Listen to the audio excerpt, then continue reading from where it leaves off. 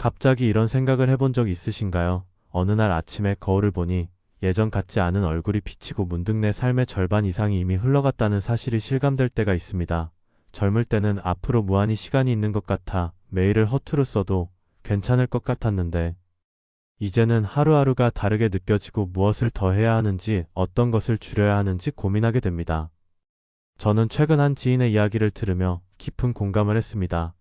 그분은 평생 회사 일에 매달리며 누구보다 열심히 살아온 분이었습니다. 하지만 정년을 앞두고 난 뒤 삶이 갑자기 낯설게 다가왔다고 합니다.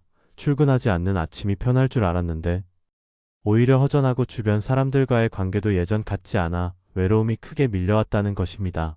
돈은 어느 정도 준비했지만 마음이 준비되지 않으니 아무리 좋은 음식을 먹고 좋은 옷을 입어도 만족이 되지 않았다고 고백했습니다. 또 다른 친구는 은퇴 후 건강관리에 지나치게 집착하기 시작했습니다. 젊을 때는 운동과는 담을 쌓고 살았던 분인데 갑자기 하루에 몇 시간을 운동하고 건강식품을 잔뜩 챙겨 먹으며 몸무게와 혈압에만 온 신경을 쏟았습니다. 그러나 오히려 작은 변화에도 불안해져서 마음이 더 불편해졌습니다. 몸을 챙긴다는 명분으로 삶 전체가 불안과 초조 속에 갇히게 된 셈입니다. 이와 달리 또 다른 분은 같은 시기에 정년을 맞았지만 태도가 전혀 달랐습니다. 그는 오랫동안 직장을 다니면서도 취미로 그림을 그려왔습니다. 퇴직 이후에는 작은 지역 전시회에 작품을 내고 그림 모임에도 나가면서 또래들과 소통했습니다. 그는 수입이 크게 늘어난 것도 아니고 젊은 시절처럼 왕성하게 움직이는 것도 아니었지만 삶에 대한 만족도가 높았습니다. 이유는 분명했습니다. 무언가를 줄이고 단순하게 만들면서도 자신이 진정으로 좋아하는 일을 남겼기 때문입니다. 이 세 가지 사례에서 공통적으로 드러나는 점은 노년을 어떻게 맞이하느냐가 결국 태도와 선택의 문제라는 사실입니다. 나이가 든다는 것은 어쩔 수 없는 자연의 흐름이지만 그 안에서 어떤 관계를 유지하고 어떤 습관을 남기며 무엇을 내려놓을지 정하는 것은 전적으로 나 자신에게 달려 있습니다. 그렇다면 나이 들어서 꼭 실천해야 할 구체적인 방법은 무엇일까요? 가장 먼저 중요한 것은 욕심을 줄이는 것입니다. 젊을 때는 더 많이 벌고 더 많이 이루어야 한다는 마음이 당연합니다. 그러나 나이가 들면 그 욕심이 그대로 남아있으면 오히려 괴로움만 커집니다. 주변 사람에게 지나치게 기대하지 않고 돈과 명예에 과한 집착을 내려놓는 것만으로도 마음은 훨씬 가벼워집니다.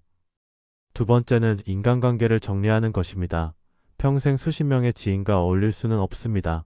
이제는 진짜로 마음이 편한 사람 두세 명만 남아도 충분합니다. 가족과 가까운 법 몇 명 정도만 곁에 두고 나머지는 자연스럽게 거리를 두는 것이 지혜입니다. 특히 돈 문제로 얽히거나 서로에게 과도한 기대를 하는 관계는 빨리 정리하는 편이 낫습니다. 그래야 나머지 관계에서 상처받지 않고 편안하게 지낼 수 있습니다. 세 번째는 건강을 대하는 태도를 바꾸는 것입니다. 나이가 들수록 건강이 소중한 것은 맞습니다. 하지만 건강을 신격화하면 삶 전체가 불안해집니다.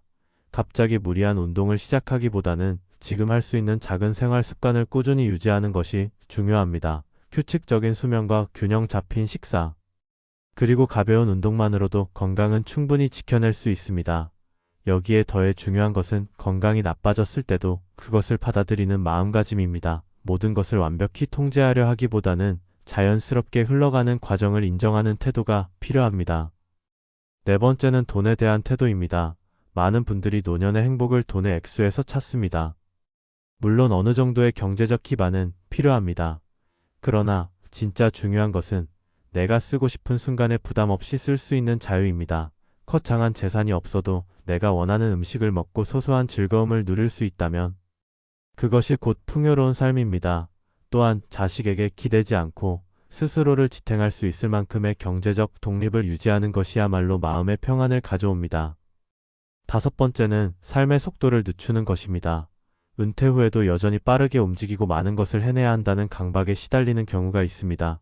그러나 나이 들수록 필요한 것은 속도의 완화입니다. 빨리 하지 않아도 괜찮고 조금 덜 이루어도 괜찮다는 사실을 받아들이는 순간 여유와 만족이 찾아옵니다. 그리고 이 여유는 오히려 주변 사람들과의 관계를 따뜻하게 하고 내 삶을 더 깊이 느낄 수 있는 기회를 줍니다. 마지막으로 꼭 필요한 것은 새로운 의미를 찾는 일입니다. 누군가는 취미에서 찾고 누군가는 봉사활동에서 찾습니다. 중요한 것은 내 나이에 맞는 새로운 역할을 스스로 만들어가는 것입니다. 직업이든 관계든 취미든 그 안에서 나만의 의미를 발견하는 순간 나이 들면 두려움이 아니라 성숙으로 다가옵니다. 이제 우리는 분명히 알 수 있습니다. 나이 듦을 피할 수는 없지만 그 과정을 어떻게 받아들이고 어떤 습관을 선택하느냐에 따라 삶의 질은 크게 달라진다는 사실을요. 갑자기 어느 날 거울을 보니 젊은 시절의 모습은 희미해지고 머리카락 사이로 흰빛이 스며들어 있음을 발견하게 됩니다. 몸은 예전 같지 않고 사회적으로 맡았던 자리에서도 서서히 물러나게 되지요. 바로 이때 우리는 스스로에게 질문을 던집니다. 이제 남은 삶을 어떻게 살아야 할까? 건강은 어떻게 지키고, 돈은 어떻게 관리하며, 인간관계는 어떻게 이어가야 할까?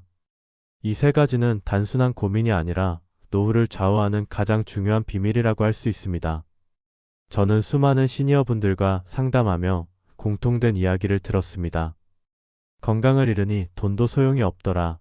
돈이 부족하니 인간관계도 위축되더라. 관계가 끊어지니 결국 외로움만 남더라.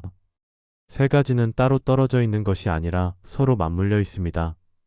그래서 오늘은 건강, 돈, 인간관계라는 세 가지 축을 중심으로 구체적인 전략과 실행 방법을 함께 나누어 보려 합니다. 먼저 건강입니다. 나이가 들수록 몸은 분명히 예전 같지 않지만 그렇다고 해서 무기력하게 받아들이기만 해서는 안 됩니다. 실제로 꾸준히 운동하는 분들과 그렇지 않은 분들의 노후 삶은 완전히 달라집니다. 저는 한 60대 초반의 분을 기억합니다. 젊을 때는 직장에 매달리느라 건강을 소홀히 했는데 은퇴 후 무릎 통증이 심해져 걷기도 힘들 정도가 되었습니다.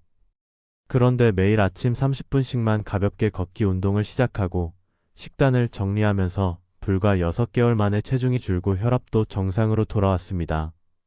이 경험은 우리에게 분명한 메시지를 줍니다. 늦었다고 생각할 때가 바로 가장 빠른 때라는 것입니다. 꾸준한 걷기, 적당한 근력 운동, 정기적인 검진은 반드시 실행해야 할 전략입니다. 작은 습관 하나가 인생 후반부를 바꿀 수 있습니다. 다음은 돈입니다. 많은 분들이 은퇴 후 가장 두려워하는 것이 돈 문제입니다. 매달 들어오던 월급이 끊기면 당황하게 되지요. 저는 상담 중에 70대 초반 부부를 만난 적이 있습니다. 두 분 모두 노후 준비가 부족했지만 작은 임대 수익과 국민연금만으로 살아가야 하는 상황이었죠. 그런데 문제는 계획 없이 지출을 하다 보니 늘 돈이 빠듯했습니다. 제가 드린 조언은 단순했습니다. 소비를 기록하라는 것, 그리고 생활비와 여가비를 분리해 관리하라는 것이었습니다. 단 2달 만에 변화가 나타났습니다. 어디에 돈이 새는지 알게 되었고 불필요한 지출을 줄이니 여유 자금이 생겼습니다. 여기서 핵심은 돈을 많이 버는 것이 아니라 지금 가진 돈을 어떻게 쓰고 관리할지를 아는 것입니다.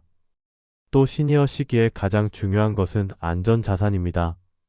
무리한 투자 대신 안정적인 금융상품과 생활비 자동화 관리가 노후 불안을 줄여줍니다. 돈 문제는 피하지 않고 직면하고 구체적으로 기록하는 습관에서 시작됩니다. 마지막은 인간관계입니다. 건강도 돈도 결국은 사람 사이에서 빛을 발합니다. 외로운 노후는 어떤 조건이 있어도 행복하지 않습니다. 저는 80대 어르신을 만난 적이 있습니다. 그분은 자녀들도 바쁘고 배우자도 먼저 떠나 외롭게 지내고 있었는데 동네 작은 합창단에 들어가면서 인생이 달라졌다고 했습니다. 일주일에 2번 모여 노래를 부르고 이야기를 나누는 시간이 삶의 활력이 되었다는 겁니다. 실제로 연구에서도 시니어의 사회적 관계가 건강 수명과 직결된다고 밝혀집니다. 대화할 사람이 있고 함께 시간을 보낼 동료가 있다는 것만으로도 스트레스가 줄고 면역력이 높아집니다. 따라서 시니어가 인간관계를 지키는 구체적인 전략은 바로 작은 모임에 참여하는 것입니다. 종교 모임, 취미 동호회, 봉사활동 등 자신이 관심 있는 분야라면 어떤 것이든 좋습니다. 중요한 것은 새로운 관계를 두려워하지 않고 꾸준히 이어가는 것입니다. 여기까지 말씀드린 3가지, 건강과 돈과 인간관계는 단순한 조언이 아니라 실제 삶에서 반드시 점검해야 할 핵심 과제입니다. 더 중요한 것은 이 3가지가 서로 영향을 주고받는다는 점입니다. 건강을 잃으면 돈이 들어가고, 돈이 부족하면 관계가 위축되고, 관계가 끊어지면 건강도 무너집니다. 결국 3가지를 함께 균형 있게 관리해야 합니다. 여기서 실행 가능한 방법을 정리해 보겠습니다. 건강을 위해서는 매일 일정한 시간에 가벼운 운동을 하고 정기검진을 놓치지 않는 것, 돈 관리를 위해서는 지출을 기록하고 생활비 구조를 단순화하는 것, 인간관계를 위해서는 작은 모임이라도 꾸준히 참여하며 대화를 이어가는 것. 세 가지는 어렵지 않지만 반드시 꾸준히 실천해야 효과가 나타납니다. 여러분은 지금 어떤 부분에서 가장 불안함을 느끼고 계신가요?